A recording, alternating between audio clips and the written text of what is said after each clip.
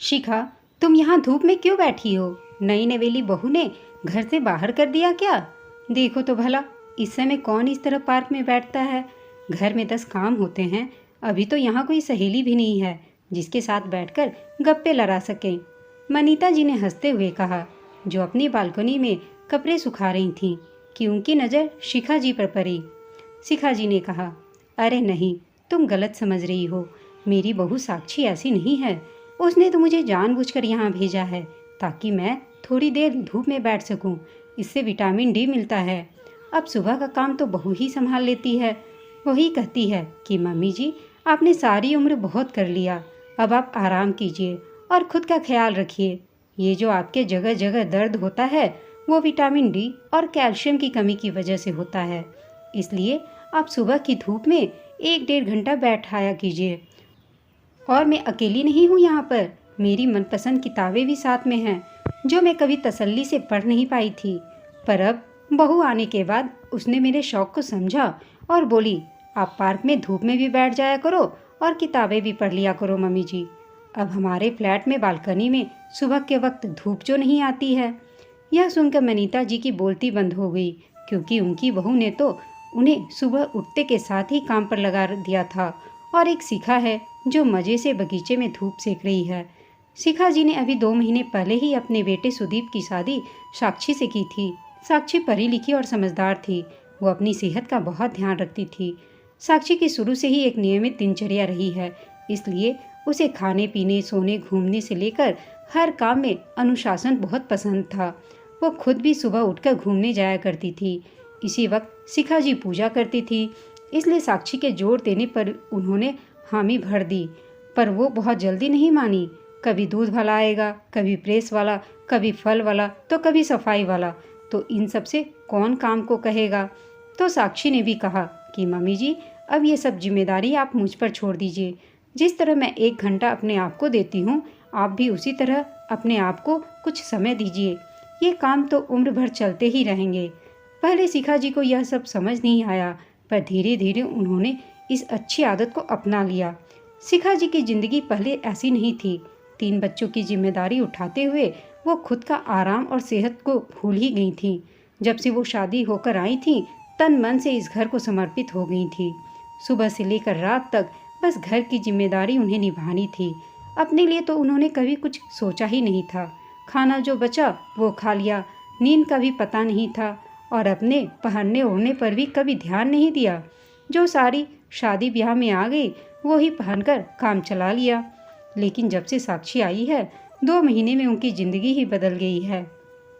आजकल की बहुओं के नखरे देखते ही शिखा जी घबरा रही थी कि जाने किस तरह की बहू आएगी। आजकल की पढ़ी लिखी लड़कियां वैसे भी सास ससुर की परवाह कहाँ करती हैं। उन्हें तो बस अपने आप से मतलब होता है, अपने घर पर ही ज़्यादा ध्यान देती हैं। जब साक्षी दुल्हन बनकर आई थी तो शिखा जी थोड़ी सी सहमी हुई थी, क्योंकि उसे साक्षी के साथ ही रहना था। पर वो यह सोचकर भी घबरा रही थी कि उनकी और उनके पति सुरेश जी की आदतों की वजह से कहीं बहू नाराज ना हो जाए। सुरेश जी को बार बार चाय पीने का बहुत शौक था और शिखा जी को घर के बने पकवान पसंद थे। वो झट से कोई भी मिठाई या नमकीन घर पर ही बना देती थी। आजकल की बहुओं के यह सब फालतू काम ही लगता है। शिखा जी का भी वही हाल न जाने हो जाए जो उनकी बड़ी बहन कलावती जी का हुआ था। वो भी बड़े चाव से बहू लाई थी, पर बहू ने आते ही कुछ महीनों बाद ही झगड़ना शुरू कर दिया। घर की हर चीज़ पर अपना हक जताना शुरू कर दी और कलावती जी और उनके पति के खाने पीने में कटौती भी करने लगी थी। चाय भी मांग लेते थे तो चाय भी बड़ी मुश्किल से मिलती थी। कुछ और महीनों बाद उनका घर से बाहर आना जाना ही बंद करवा दिया गया और वो लोग बीमार भी रहने लगे थे। बहू का उन दोनों की बीमारी के इलाज पर भी पैसा खर्च करना पसंद नहीं था। बेटे ने समझाना चाहा तो उसे भी दहेज के लालच में जेल भिजवाने की धमकी देने लगी। बेटे की गृहस्थी बनी रहे इसलिए कलावती और उनके पति सब कुछ चुपचाप सहते रहे। जब कलावती जी ने अपनी छोटी बहन शिखा को सब कुछ बताती थी तो उनका दिल भी दहल जाता था। वो बहू नाम से ही डरने लगी थी। कलावती जी उन्हें हर छोटी बड़ी बात बताया करती थी और आखिर 2 साल बाद ही दोनों सास ससुर को उनकी बहू ने वृद्धाश्रम पहुंचा दिया था। यह सब सुनकर शिखा जी के रोंगटे खड़े हो गए थे। सुदीप और साक्षी जब हनीमून से लौटे तो साक्षी ने आते ही घर संभाल लिया। वो रसोई में भी अच्छे से काम कर लेती थी। एक दिन सुरेश जी ने दोबारा चाय बनाने को कहा तो साक्षी ने कह दिया, पापा जी अब आपको दोबारा चाय नहीं मिलेगी। यह सुनते ही सुरेश जी और शिखा जी का चेहरा फीका पड़ गया और उन्हें अपनी बड़ी बहन कलावती जी का चेहरा नजर आने लगा। तब साक्षी ने आगे कहा, पापा जी आपको पहले ही हाई बीपी डायबिटीज है तो ज़्यादा चाय आपको नुकसान करेगी। आप चाय की जगह हर्बल टी और ग्रीन टी पिया कीजिए। शुरू में आपको इनका स्वाद पसंद नहीं आएगा, पर धीरे धीरे यही चाय आपको अच्छी लगने लगेगी। आपकी चाय की लत भी छूट जाएगी और सेहत में भी सुधार होगा। मैं खुद आपको कल से यह चाय बनाकर पिलाऊंगी। साक्षी के मुंह से यह सब सुनकर दोनों को अच्छा लगा। उन्हें लग रहा था कि कहीं बहू उनके खाने पीने पर रोक तो नहीं लगा रही है। अगले दिन साक्षी ने उनको सुबह की चाय बनाकर दे दी और दोबारा मांगने पर अदरक नींबू वाली ग्रीन टी बनाकर पिलाई तो उन्हें बहुत अच्छी लगी। धीरे धीरे उनकी चाय की लत भी छूट गई। बीपी और डायबिटीज भी ठीक रहने लगे। सेहत में भी सुधार हो गया। देख लिया, सभी बहुएं एक से जैसी नहीं होती। हमारी बहू तो बेटी बनकर हमारा ख्याल रखती है। उसे हमारे आराम की भी चिंता है और सेहत की भी चिंता है। सुरेश जी ने हंसते हुए अपनी पत्नी शिखा से कहा, हाँ जी यह बात तो आपने एकदम ठीक कही, वरना मैं तो घबरा ही गई थी। मुझे तो रह रह कर दीदी की शक्ल याद आ जाती। उनकी बहू ने उनके साथ कितना बुरा किया था, उन्हें वृद्धाश्रम ही पहुंचा दिया था।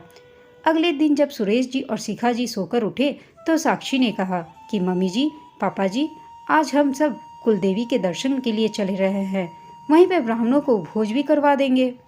अरे हाँ, आज तो मेरी सास की पुण्यतिथि है, तुम्हें कैसे याद है? शिखा जी ने साक्षी से पूछा। साक्षी, वो जब मैं शादी होकर आई थी हम बहुत सी बातें करते थे तो आपने ही तो बताया था कि दादी जी की पुण्यतिथि आने वाली है, तो मैंने मोबाइल में नोट कर लिया था। अपनी पढ़ी लिखी बहू की धर्म और परिवार में इतनी आस्था देखकर शिखा जी को बहुत खुशी हुई, वरना आजकल की लड़कियां ये सब कहाँ मानती हैं। एक दिन शिखा जी मठरी बना रही थी तो साक्षी ने कहा, मम्मी जी आप इसमें कितना तेल लगा रही हैं? वो बहू तेरे ससुर जी को यह बहुत पसंद है, इसलिए यह कहकर शिखा जी चुप हो गई। मम्मी जी आप ये मठरी एयर फ्रायर में क्यों नहीं बनाती हैं? मैं आपको सिखा दूंगी। पापा जी के इस बार टेस्ट में हाई कोलेस्ट्रॉल भी आया है, तो हमें मिलकर पापा जी का ध्यान रखना होगा। पापा जी के खाने का शौक भी पूरा हो जाए और उनकी सेहत भी बनी रहे। लेकिन बहू, जो स्वाद तले हुए में आता है वो इसमें कहाँ आएगा? शिखा जी ने अपनी बहू से पूछा। साक्षी, हाँ मम्मी जी, थोड़ा अंतर तो होगा पर सेहत के लिए अच्छा होगा। जैसे पापा जी की चाय की आदत छूटकर ग्रीन टी की आदत लग गई है, पापा जी इस आदत को भी अपना लेंगे। शिखा जी को बहू की बात पसंद आई, उन्होंने वैसा ही किया। सुरेश जी के 3 बच्चों में सुदीप सबसे छोटा था। दोनों बड़े बेटे विदेश में रहते थे, जो 3-4 सालों में एक बार भारत आते थे और खर्च का 1 रुपया भी नहीं देते थे अपने माँ बाप को। उन्होंने पढ़ाने लिखाने और विदेश भेजने में दोनों ने अपना घर तक बेच दिया था। छोटे बेटे सुदीप को भी विदेश से नौकरी का ऑफर आया था, पर उसने यहीं मम्मी पापा के साथ रहने का फैसला किया। सुदीप की भी अच्छी नौकरी लग गई थी। साक्षी से शादी को कुछ ही महीने हुए थे सुदीप को, और अब वो अपना फ्लैट लेने की सोच रहा था। साक्षी और सुदीप फ्लैट देख ही रहे थे, पर उन्हें कोई पसंद ही नहीं आ रहा था। काफ़ी महीनों के ढूंढने के बाद उन्हें एक घर पसंद आया। फ्लैट के लिए पैसे देने थे। कुछ पैसे सुदीप ने अपनी सेविंग से लगा लिए थे और बाकी के पैसे का इंतजाम नहीं हो पा रहा था। सुरेश जी की भी साधारण सी नौकरी थी, उन्हें पेंशन भी नहीं मिलती थी और बाकी का पैसा वो बच्चों की परवरिश में लगा चुके थे। सुदीप ने लोन के लिए आवेदन कर दिया था, पर डाउन पेमेंट भी तो देना था। तभी साक्षी ने कहा, आप मेरे गहने गिरवी रख दीजिए, किराए में बहुत पैसा जा रहा है, इससे अच्छा तो हम ये पैसा अपने घर में डालेंगे। साक्षी ने सुदीप से कहा। सुदीप ने कहा, लेकिन तुम्हारे गहने ऐसे कैसे गिरवी रखवा दूँ? तुम्हारे मम्मी पापा ने इतने प्यार से दिए हैं। साक्षी, यह तो ठीक नहीं होगा। साक्षी ने कहा, क्यों ठीक नहीं होगा? आखिर कितना अच्छा होगा। मम्मी जी पापा जी एक अपना घर लेने की कितने साल उन्होंने किराए के मकान में निकाल दिए, आप क्या एक घर बनाकर भी उन्हें नहीं दे सकते? आपका भी तो कुछ फर्ज बनता है। सुदीप, हाँ साक्षी, फर्ज तो बनता है, लेकिन मैं उसके लिए तुम्हारे गहने गिरवी नहीं रख सकता। यह ठीक नहीं होगा। आखिर क्यों नहीं ठीक होगा? मैं भी तो इस घर की बहू हूँ। आपका और मेरा एक ही सपना है। गहने तो बाद में ही भी छुड़वा लेंगे। घर एक बार बन जाएगा तो बन जाएगा। आखिर में साक्षी ने सुदीप को मना ही लिया। सुदीप फ्लैट बुक करा लेता है और कुछ ही महीनों बाद उसमें इंटीरियर करवा लेता है। शिखा जी और सुरेश जी को भी बहुत खुशी होती है कि उनके बेटे ने अपना घर ले लिया है। गृह प्रवेश का दिन आता है। सभी रिश्तेदारों को भी बुलाया जाता है। तभी साक्षी कलश शिखा जी को देती हुई कहती है, मम्मी जी, आप ये कलश लेकर पापा जी के साथ घर में प्रवेश कीजिए। शिखा जी, बहू, मैं यह कैसे कर सकती हूँ? यह घर तो तुम्हारा और सुदीप का है। हमने तो इसमें 1 रुपया भी नहीं लगाया है। साक्षी, मम्मी जी, आप कैसी बातें कर रही हैं? आपके और पापा जी के आशीर्वाद से ही तो यह सब संभव हुआ है। मैं और सुदीप घर लेने की हिम्मत कर पाए हैं। आपका आशीर्वाद हम पर सदैव बना रहे। यह फ्लैट तो हमने आपके लिए लिया है। आप हम दोनों के साथ नहीं रहेंगे, बल्कि हम दोनों आपके साथ रहेंगे। यह सुनकर शिखा जी की आंखें भर आईं। बहू, मुझे माफ़ करना। मैंने हमेशा से तुम पर शक किया। मुझे लगा था कि तुम जैसी पढ़ी लिखी लड़कियां सब एक जैसी ही होती हैं, जो अपने सास ससुर का सम्मान नहीं करेंगी और हमें हर चीज़ के लिए तरसाएंगी। पर तुम तो सबसे अलग निकली। तुमने तो हमारा बुढ़ापा ही सुधार दिया। कलावती जीजी और जीजा जी के पास इतना पैसा था, वो सब उनकी बहू ने धोखे से हथिया लिया और उन्हें वृद्धाश्रम भेज दिया। जबकि हमारे पास तो बचत का 1 रुपया भी नहीं है। मेरे पास कोई गहना तक नहीं बचा। फिर भी तुम हमें इतना मान सम्मान दे रही हो। मुझे तो लगा था कि तुम दोनों इस फ्लैट में रहोगे और हमें वही हमारे हाल पर ही छोड़ दोगे। साक्षी, मम्मी जी, आपने ऐसा कैसे सोच लिया? मैंने तो हमेशा आपको अपने मम्मी पापा की जगह देखा है। कोई अपने मम्मी पापा को छोड़ता है या वृद्धाश्रम पहुंचाता है क्या? आपको मेरे व्यवहार से ऐसा लगा क्या? मैं तो आपका और पापा जी का ध्यान रखती आई हूँ। और वो नेम प्लेट देखिए, इस पर पापा जी और आपका ही नाम लिखा हुआ है। नेम प्लेट देखकर शिखा जी को विश्वास नहीं हुआ। साक्षी, जिस घर में तुम्हारी जैसी समझदार और सम्मान देने वाली बहू हो, वो घर तो वैसे ही स्वर्ग बन जाएगा। जिस परिवार में ऐसी बहू मिल जाए तो किसी सास ससुर को कभी वृद्धाश्रम जाना ही नहीं पड़ेगा। मैं हमेशा ईश्वर को कहती थी कि मुझे बेटी क्यों न दी, जो मुझे समझती, मेरे दर्द को महसूस करती। पर तुम तो मेरी बेटी से भी बढ़कर निकली। बेटी होती तो ससुराल चली जाती, पर तुम तो सदा साथ रहोगी मेरे।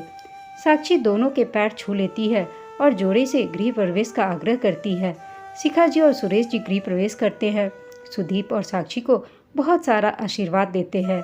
दोस्तों, शादी के बाद लड़की का जीवन बदल जाता है, वहीं लड़के के माता पिता को भी काफ़ी बदलावों का सामना करना पड़ता है। बहू अच्छी आ जाए तो बुढ़ापा सुधर जाता है, वरना कई बहुएं शादी के बाद से इतना क्लेश करती हैं कि सास ससुर को वृद्धाश्रम पहुंचा देती हैं। उन्हें तो बस अपने मायके से ही मतलब होता है, लेकिन साक्षी जैसी बहुएं आते ही घर को स्वर्ग बना देती हैं। आपको यह कहानी कैसी लगी, हमें कमेंट करके बताइएगा। साथ ही कहानी अच्छी लगी हो तो इसे लाइक, शेयर और चैनल को सब्सक्राइब जरूर कीजिएगा। कहानी सुनने के लिए आप सबका धन्यवाद।